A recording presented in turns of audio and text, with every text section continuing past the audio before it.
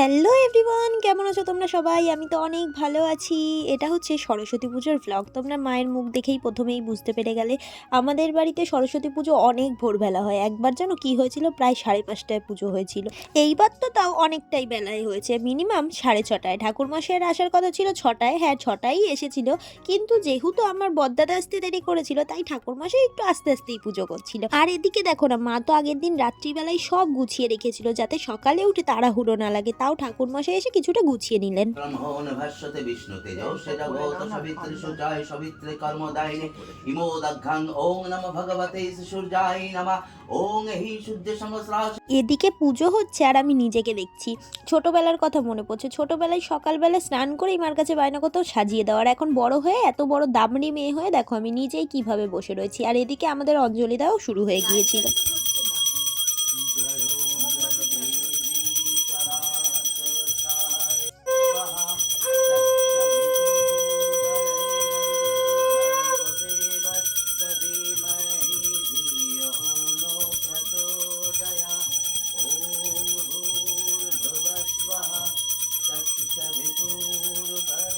তো পুজো তো আমাদের কমপ্লিট হয়ে গেছিলো প্রায় 7:30টার মধ্যে। তারপরে যেহেতু ঘুরতে যাব, তাই জন্য তাড়াতাড়ি করে রেডিও হতে বসে পড়েছিলাম। এই দেখো, এই শাড়ি আর ব্লাউজটা পরছি। আর আমি রেডি হতে অলওয়েজ চলে আসি সোনা বৌদির কাছে। বৌদি খুব সুন্দর শাড়ি পরায়, তাই বৌদির কাছে চলে এসেছিলাম। আর এখানে আমাদের মিষ্টি ফুটেও রেডি হচ্ছিল। আর দেখো না, আমি শাড়ি টাড়ি পরে নিয়েছি। এবার ভাবছি রুমাল দিয়ে কি করছি। আসলে আমি মেকআপ করলেই না আমার সবসময় পাউডার বা ফাউন্ডেশন ব্লাউজে লেগে যায়, শাড়িতে লেগে যায়, সেটা দেখতে খুব বাজে লাগে। তাই জন্য তোমরাও আমার মতো এরকম ভাবে রুমালটা সামনে দিয়ে নিতে পারো। তাতে কোনো এক্সেস প্রোডাক্ট তোমার জামা কাপড়ে লাগবে না আর নষ্টও হবে না। আর প্রথমেই দেখলে আমি নিভিয়া ইউজ করলাম। আমি সবসময় নিভিয়া ইউজ করতে পছন্দ করি। আর আমি চটাক্সে মেকআপটা করে নিলাম। এই মেকআপ ভিডিও মানে গেট রেডি উইথ মি কিন্তু আমি অলরেডি পোস্ট করেছি, তোমরা চাইলে শর্টসে দেখতে পারো। আর দেখো আমাকে কি ভালো লাগছে।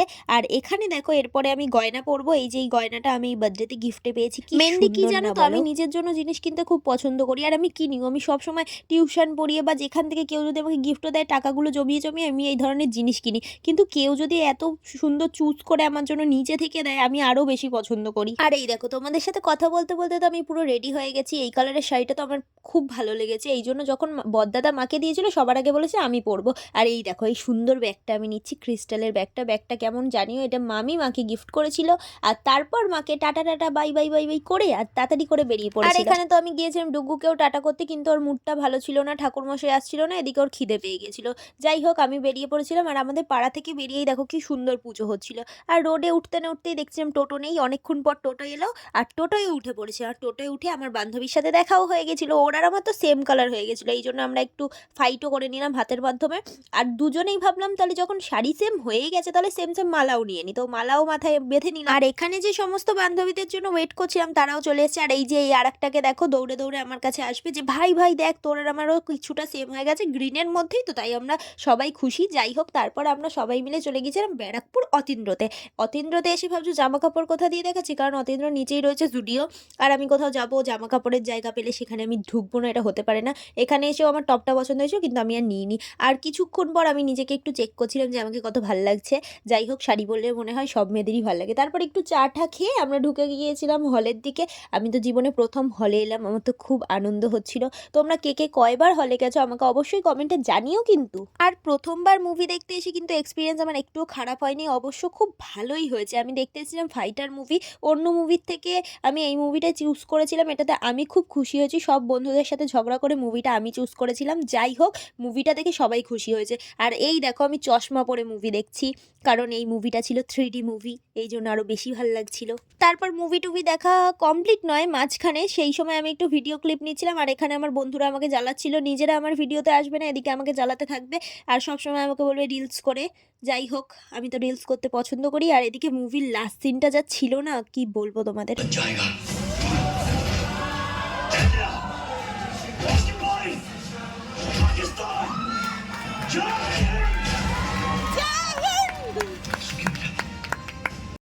এবার তোমরা ভাবছো এই যে এই লাইনটা কিসের? এটা হচ্ছে খাওয়া দাওয়ার লাইন। একই ফ্লোরে সিনেমা হল, শপিং মল সব হওয়ার জন্যে কি হয়েছে জানো? সবচাইতে বেশি ভিড়টাও এই আর্সেলানে হয়।